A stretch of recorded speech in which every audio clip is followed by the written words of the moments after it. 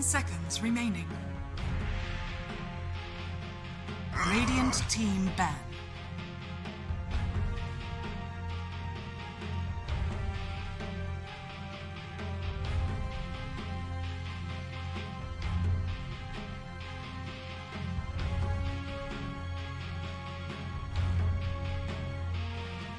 Seconds remaining. 5 seconds remaining.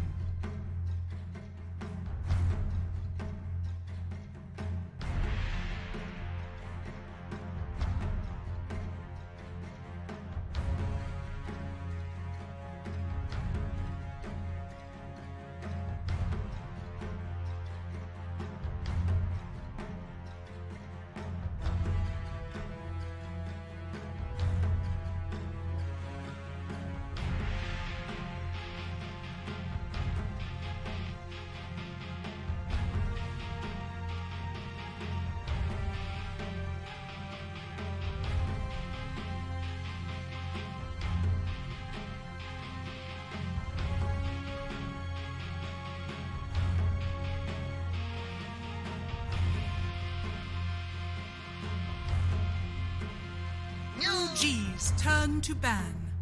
Radiant team ban. The next level play. The next level play. Radiant team pick.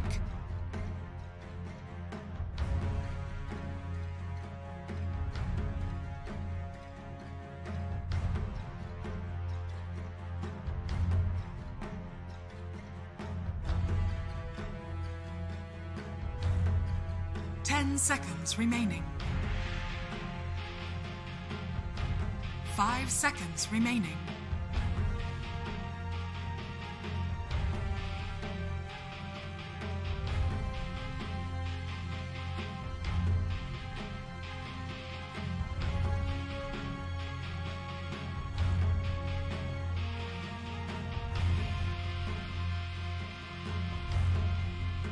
OG's turn to pick. The undying waits.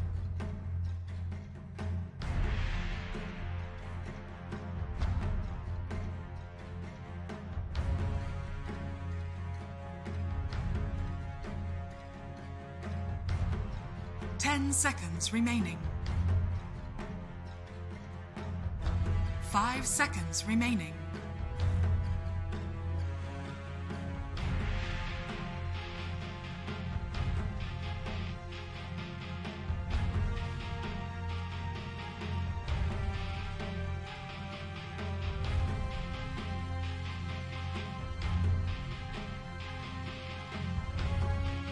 Radiant team pick. League's assassin. OG's turn to pick. Man stands ready.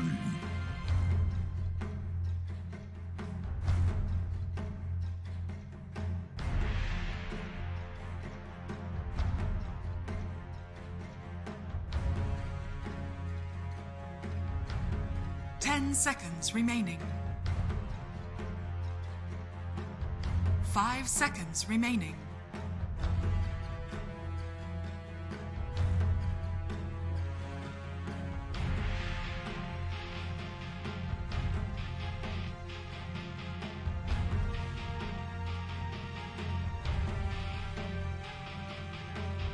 OG's turn to ban.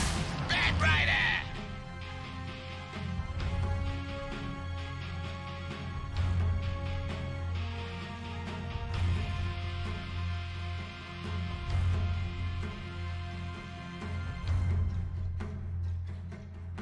10 seconds remaining. 5 seconds remaining.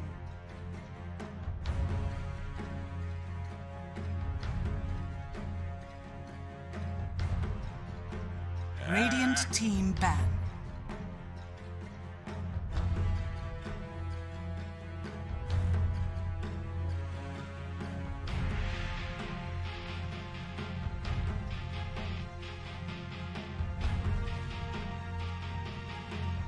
OG's turn to ban.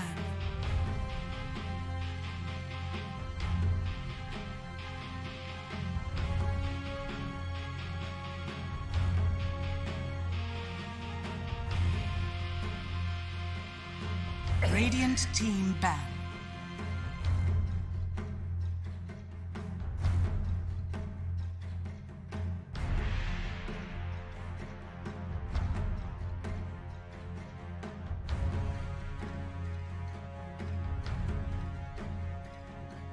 Ten seconds remaining. 5 seconds remaining.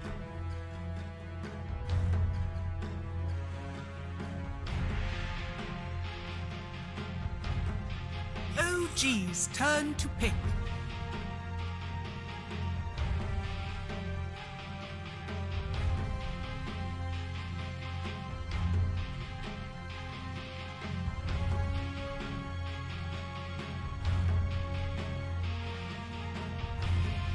Seconds remaining.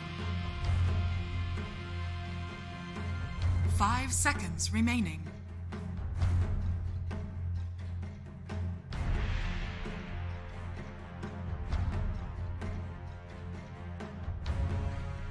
Radiant team pick. Place. The next label play. The next label play. The next label play.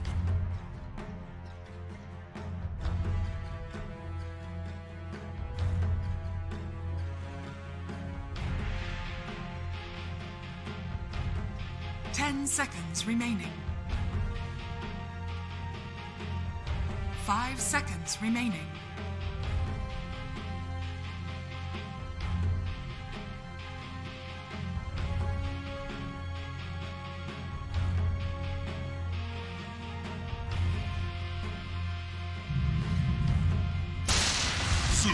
You may now select your heroes.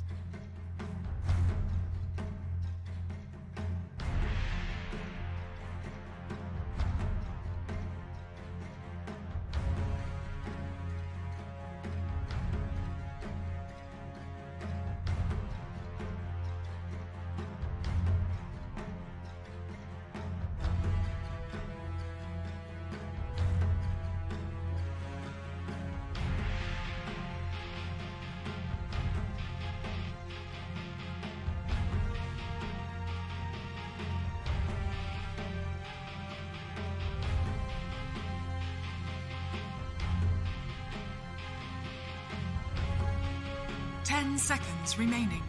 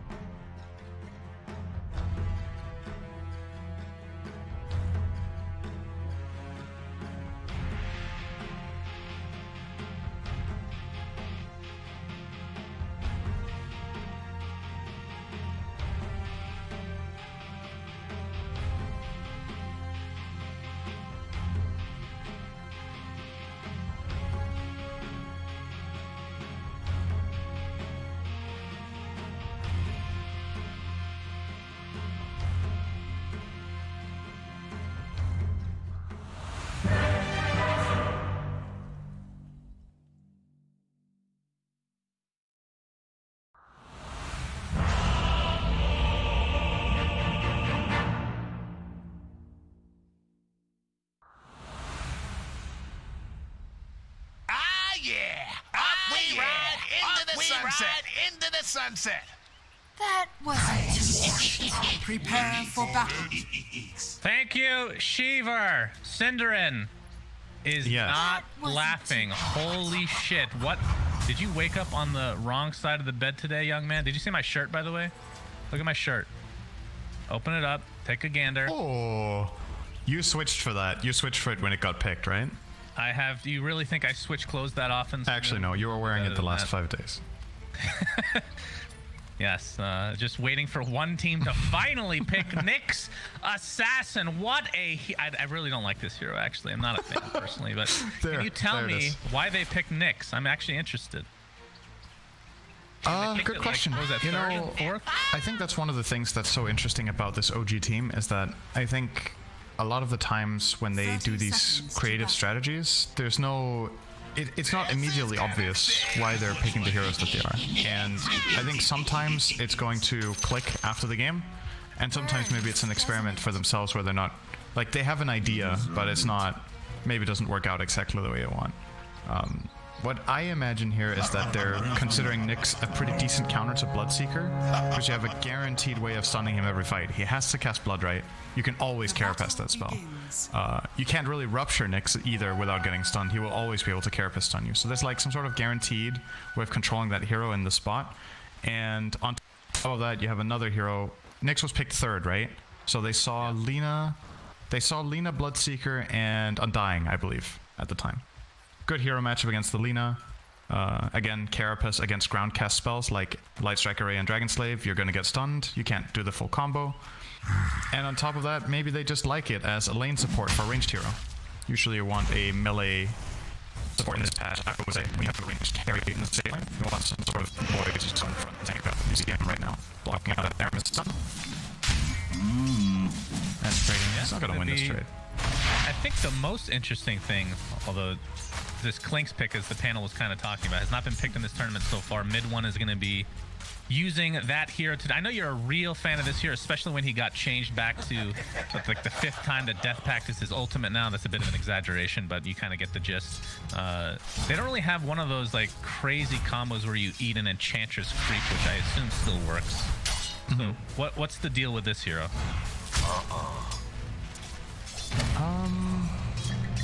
I'm wondering if they like it against... Because, like, the Strafe isn't particularly good here, right? The ranged evasion doesn't matter that much against these Radiant heroes. It's a Sven. Like, a Sven with Eggs seems like a pretty bad matchup for Clinks. But it could be that OG have... A lot of the times when they build these strategies, that's like some insane timing. Like maybe they have a strategy where Clinks hits this item along with this item on Bad Rider, and then they're just going to roam the map and fight everywhere. Maybe it's like a macro strategy around the map where they're like, okay, Viking, when they play these last games in the series they played very slow and very farm intensive. We're just going to play heroes that roam the map and break them apart. Bat Rider, Earth Spirit, Clinks fits that bill for sure, and Nyx. So that might be the primary approach. It's just the bigger picture rather than matchups or a specific hero timing in the game. I know I'm just saying a lot of maybes, and that's really because this strategy is so unusual that we have like no data on this strategy in this patch. Like there's so many Cinder, I would unusual prefer things. that you be honest than actual just bullshit your way to an answer. You know, I'm being that's honest. the beauty of you. I know. That's why I appreciate you. You know, when nobody else does, I truly do appreciate your honesty, Cinder. Oh, if you don't know anything, Celery is burning a lot. Yep. That's 4 stacks of sticking napalm. Make that 5 as Celery's going to continue to get chased down by Seb, who's going to dive to tier 1 tower. So this will be a trade of sorts. But First Blood does go the way of Seb and OG. You're generally really happy with it as Bat Rider. Yeah, you trade away and Sven gets the kill, but because it's First Blood, Bat Rider as a hero in lane really loves getting these fast boots and one extra item. It's a very momentum-based hero. We'll see if he goes straight for travels. We could see Seb going for maybe a drum build-up, maybe some sort of alternative utility item like Yules, whatever he thinks is good in the game. But usually trading 1-for-1 where you get the First Blood is fine. I really like when it happens and I'm Bat Rider. It's just so nice. You expend so many resources. The enemy team uses a lot of resources too to take that fight. You get the refill, you get a kill.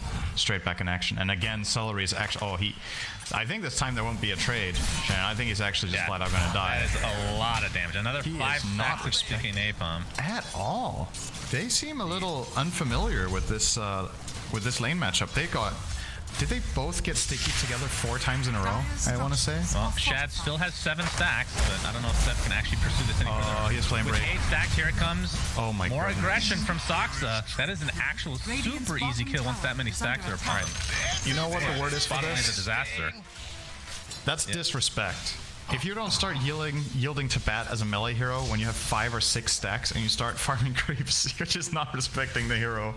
I guess he wasn't accounting for the possible skill point in Flame Break, but the Bat just leveled up to 4. You're giving him the chance and the opportunity to do it. He's gonna take it. Yeah, and now Seb is going to be able to get some solo XP now that Soxa is roaming towards mid. We'll see if he can turn this into a kill of sorts. This is the lane we haven't talked about. Boom playing Zeus versus Thompson's Morphling, which is what the panel were kind of predicting here. How does that matchup work out? The awesome lane for Morph. Morph versus Zeus. I don't see what Zeus does. Zeus is all about the constant harassment to dominate the lane, and Morphling presses 2 buttons and heals 500. So I don't think Zeus can really bully him at this point. It's about Zeus is really good against Morph later in the game in terms of having that insane burst when Morph is trying to go for a play with high agility. But currently, you can spam Arc Lightning all you want. Morph is just gonna outrange you, heal up again, and keep going. However, if he does Morph down to try to get value out of his regen, there is a Bloodseeker giving Thirst plus Zeus ulti. So he can actually get killed globally at any point if he's not careful when he does the attribute shift. It's true. That is going to be funny to watch if that happens, actually. It's pretty likely to happen at least once. Yeah, for sure. I mean, OG only gets 1 bounty rune at the 5-minute mark, so that's something going the way of Viking, who technically have the network lead right now. Shad on Sven. We saw this yesterday. We did cast their series where they lost 2-0 to VP, and it was in pretty convincing fashion. It wasn't really that close at any point. But we're seeing the phase boots into Midas. So I'm just starting. We talked about this a bit yesterday as well, where you thought it might be game dependent, but it seems to me that it's basically just player preference at this point. Would you agree with that? Phase boots are really good against Batrider. I think he has a very good case right in this game. Having a way of improving your turn rate against Sticky Napalm is really valuable, and increasing your move speed against Bat, like creating a gap is nice. But you could still go Phase Boots Mom, right? It's the fact that he is prioritizing the Midas every time does indeed seem like that's just his go-to build, but correct me if I'm wrong, I feel like most Svens this patch go to Mask of Madness, but Shad doesn't seem to be that big of a fan. Celery, oh, they missed the Flame Break, actually kicked him away. Just a mistake from Soxa there. I think he failed to drop a stone, and that probably saved Celery's life. So, count his lucky stars there. Indeed, so no kills to come from that, at least not yet. As Soxa is chasing on Undying Courage. A little bit mismanagement there from Celery. He's going to take Stormhammer to the back of the head, but we'll be just fine. As Sub comes for some moral support, has that bottle. Already got the bounty rune earlier, so has just been spamming away at his heart's content. Toby has kind of been kept in check in this top lane as well, as it's basically a 2v1 for now. But we have seen a bunch of spike carapaces like you were talking about. But even with that counter, it's just, I mean, it's good in the laning stage. We'll see how it progresses throughout the game, because based on the Nyx games that I've seen, it just feels like the hero falls off dramatically, especially if you don't have a good mana burn target throughout the duration of the game. Yeah. As bottom lane, Seb is just chasing Celery, full stack to sticky Napalm as a TP support is on the way. Shad gets off a Stormhammer. There's the LSA connecting from Aramis, who's just TP'd in for support, but it's a 1-for-1. Viking will take that trade any day.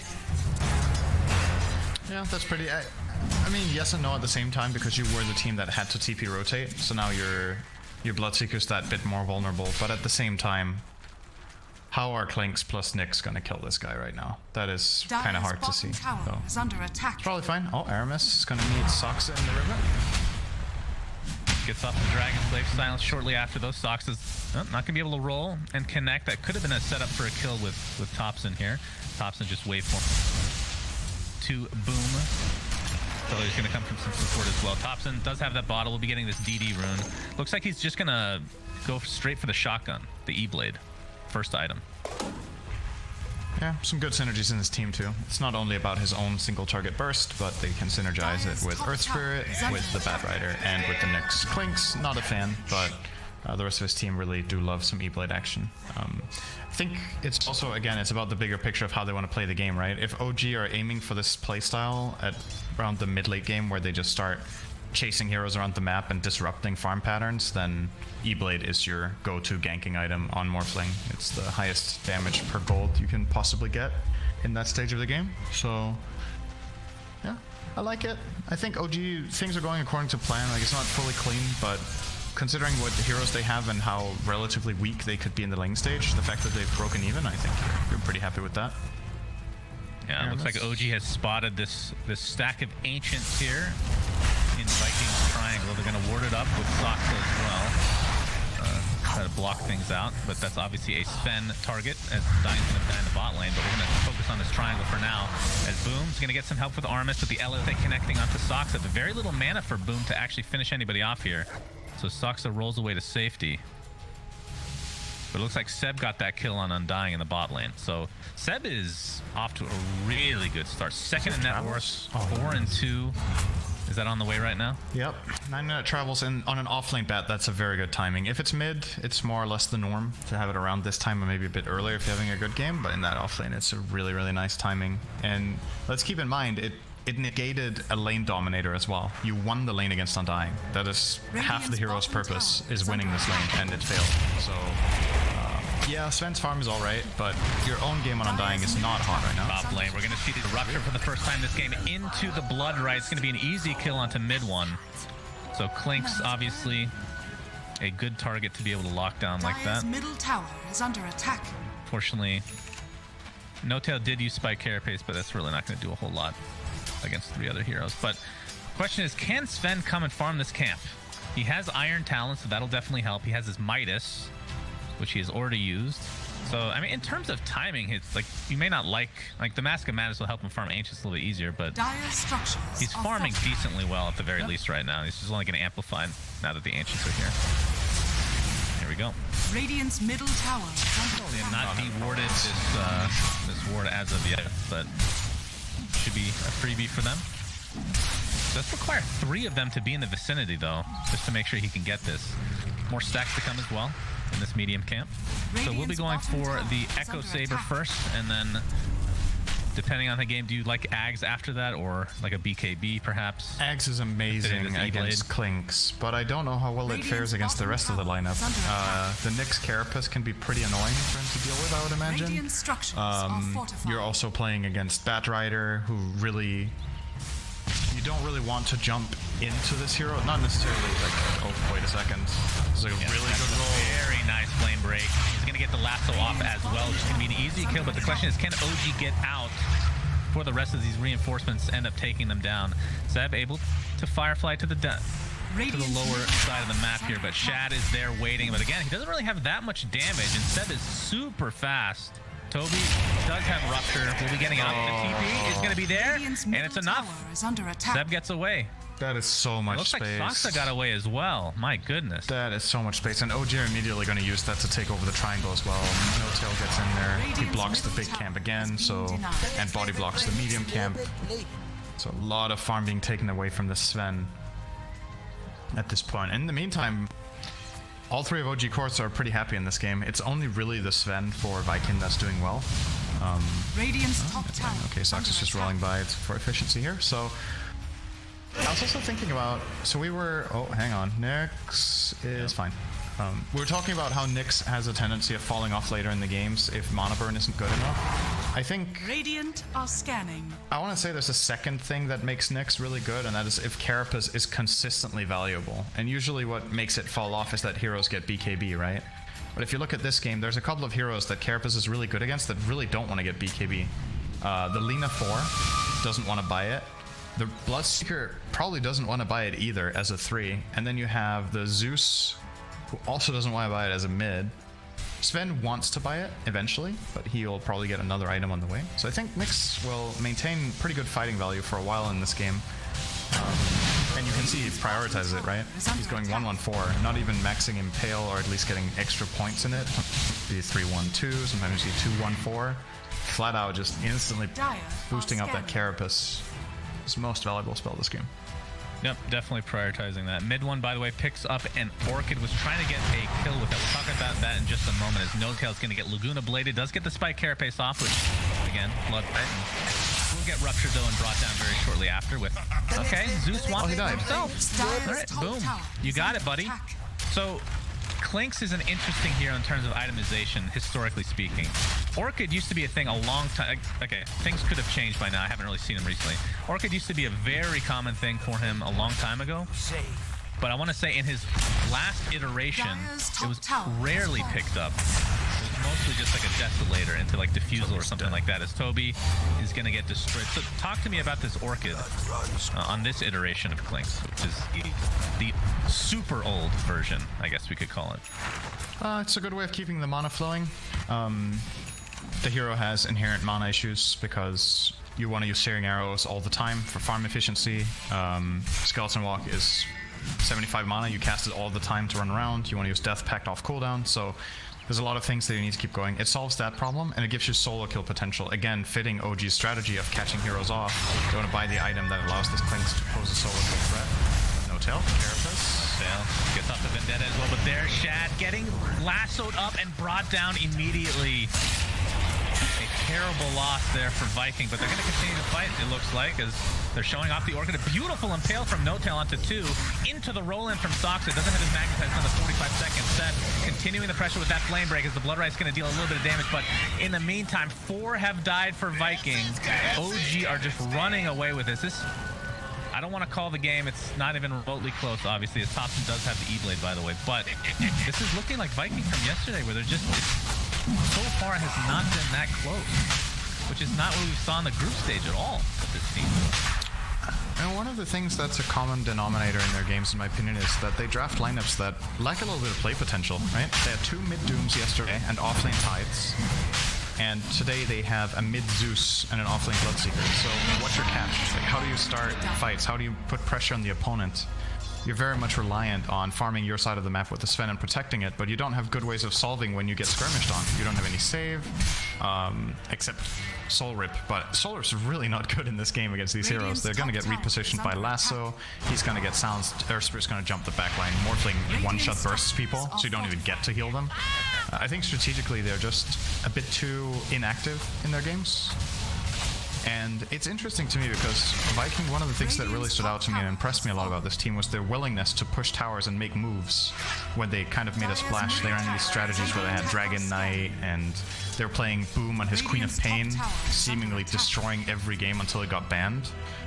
And now they've fallen back to this more farm-intensive style, and it doesn't seem to be suiting them that well, at least in the games we've been casting so far. Just giving the initiative to the opponent. Yeah, but the good news for them is that, well, I say that now, it could be bad news. This is a best of 5, so they'll have plenty of time in this series. Of course, a bit unusual for like a lower bracket type game, but cool to see in terms of, again, the game's not over yet, but they can transition away. But Aramis looks to be done, so another easy pickoff for OG, as looks like Thompson is going for Aghanim Scepter's second item. I can only imagine what Clink's Morphling is like, that combo. That sounds disgusting. I think he wants to turn into Earth Spirit primarily, actually. Well, yeah, I've seen the clip of him doing, was it him? Oh, Shad. Shad is going to get spotted out here. Double TP support coming. The E-Blade is going to be applied into the adaptive strike. No-Tail with another great impale. Looks like Shad's going to be able to get off his stun, but he lives through the day as OG is now on the retreat. Toby ends up getting off the Rupture. They do get the Undying, but Thompson able to clean up poor old Toby. So it's a 2-for-0 still, but they at least do not lose the Sven. Yeah, surprised he lived there. Yeah, I think they just lost vision in the trees. Seen the perma-stun combo between stocks. Was it? Who was it? It was Thompson and somebody. Oh, good Carapace. Yeah. All right. That's good. All right. Good clean stuff. Radiant's top tower has fallen. So only 1,000 away for Thompson to get this Aghanim I Scepter. thought you were Still going to has say Aegis. only a 10,000 gold lead. Only a 10,000 gold lead for OG. Great outlook. Not too big of a lead at the 18-minute mark. Viking definitely have a good chance this game, as long as they team wipe OG about 5 times in a row right now. So they'll be able to get the illusion rune there. Yeah, I'm not gonna lie. I was a bit skeptical on Nyx Assassin, but being picked for literally one spell seems to have worked out quite well. And No-Tail has had some really good impales despite it only being level 1. To me, the big story of this game is how insanely well their bottom lane went. I think this game has been run largely by Bat and Earth Spirit that just made so many moves. And all right, well, No-Tail, he is ruptured. Did mitigate a little bit of that damage with the Spike Carapace, but is brought down eventually. Sox is going to de-ward here. Thompson still with the Aegis, so I'm not really scared of anybody right now. And Viking is here in numbers. Meanwhile, OG is kind of playing with their food, it looks like. That ult, they're going to take down Soxa in quick succession, so 2 for nothing. Ambitious roll. Indeed. Instant punish. Is under attack. Soxa just really likes these heroes that have balls. Have you noticed that? Tusk, Earth, Spirit. I'm sure there's another hero out there. There's the Zeus ult, but it's not going to be nearly enough to take anybody out. The Undying just melts, as that is the Deso reveal, I do believe, for mid 1. So, Orchid, this is like such an old school build. I love it. It's going to be going for a BKB now. It's insanely powerful right now. He hits for 250 and has... He can solo kill any hero, including... maybe not the Sven, but I think he can kill anyone else. If he gets melee range, Orchids them and just hits them, I think they're gonna die before they escape. They have no Ghost Scepters, no Force Staffs, no Yules. He's probably just gonna kill them off immediately. So, gotta be careful with that. And it does mean that Vikings' options of playing the map are very limited. They're gonna be extremely paranoid to go and solo push out waves. So you're seeing Shad top. I think under normal circumstances he kills this wave, but he just can't go there. There's any combination of any 2 of OG's heroes is actually a kill. He has backup, so...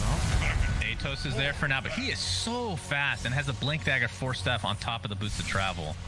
So he is beyond mega farmed for a Batrider. 3rd in net worth overall in the game, just ahead of mid 1 on Clinks, actually. That's what an Iron Talon Clinks as well, so able to actually do Ancients. As Seb is ruptured up, just going to sidestep the Blood Right. So that ends up being a wasted Rupture, and we'll see if OG can capitalize on this, as Toby's going to be caught out. No-Tail with the Vendetta. Has a Spike Carefree stuff, not really doing anything with that, but the Impale does connect, and again, Celery finds his way to the grave. Courtesy of your Morphling, and Armis looks to be next, and OG are just completely dumpstering right now. There's the Earth Spirit Morphling combination being shown with that Aghanim Scepter. I think, you know what, I know why OG run this strategy. It just dawned on me. Soxa and Thompson both want to play Earth Spirit every game, and they couldn't settle who plays it. So they just made a strategy where they can both play it. So it's not just a flex pick, they're just picking it for both of them at the same time. Radiant's bottom barracks. I wouldn't put it past them, you know? I would not put it past them at all. It is such an insane hero for Morphling to turn into. You get all of the stones every time, I believe, you turn into Earth Spirit. You have 7 stones to play, so you can just roll through fights. You can go from one target to the next, to the next, to the next. You get insane mobility, you get extra spell damage to synergize with your E-Blade. It's just, well, that would be it's a new Morph a Shaker, good man. way. That would be a good way to nerf it. You just get their current stones instead of max right away. Oh yeah, I could be wrong on this, but I'm pretty convinced you get max every time.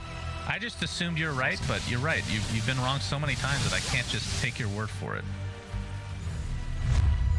I have feelings too, you know? I used to. This is where we get a message like, why are you so mean to Synderen? Why are OG so mean to Viking? Yeah, this is... Let them this is a rough showing for Viking, no doubt. Well, you're right about the rigidity. Is that a word? I think so. Rigidity of their drafts, and maybe it's something that has just been discovered about them based on their group stage. They had a lot of games to play, and they did really well. We're seeing some counters now. The initiation from OG is underway. Shad's going to get kicked away to the other side of the map, basically. Has his ultimate activated along with the BKB, so he's not going to be brought down quite yet. There's no casualties. There's no tail. He's going to get that spike pace off, but the BKB is just going to ignore literally every part about that. But in the meantime, the fight is quite segregated. Toby's going to be the trade, so it's a 1-for-1 across the board, which at this stage of the game, better than you can expect for Viking, based on the fact that they're down 17k right now. But Aegis is gone, and Roche will see in about 20 seconds when he will be up. As there's the initiation again. This is how many deaths for Undying? Not to highlight this, but 1 in 10. It feels like he has died so many times. It's like the first to die in most of these engagements. There's the initiation from Seb, and Shad is in a lot of trouble, and by that I mean he's dead. Does not have buyback to speak of. They're just going to call GG, as this game 1 was all OG. Complete beatdown. And I want to... Now that we've cast 3 games of Viking in a row, you and I think we want the same thing from them, right? We need to see something... I would love to see them pressure in a game. I'm not saying they need to go all out on it. They don't have to pick like OG just did in this game and go way too crazy. But I think really a key change I would like to see is get Boom more involved. Get him, not necessarily the Queen of Pain, but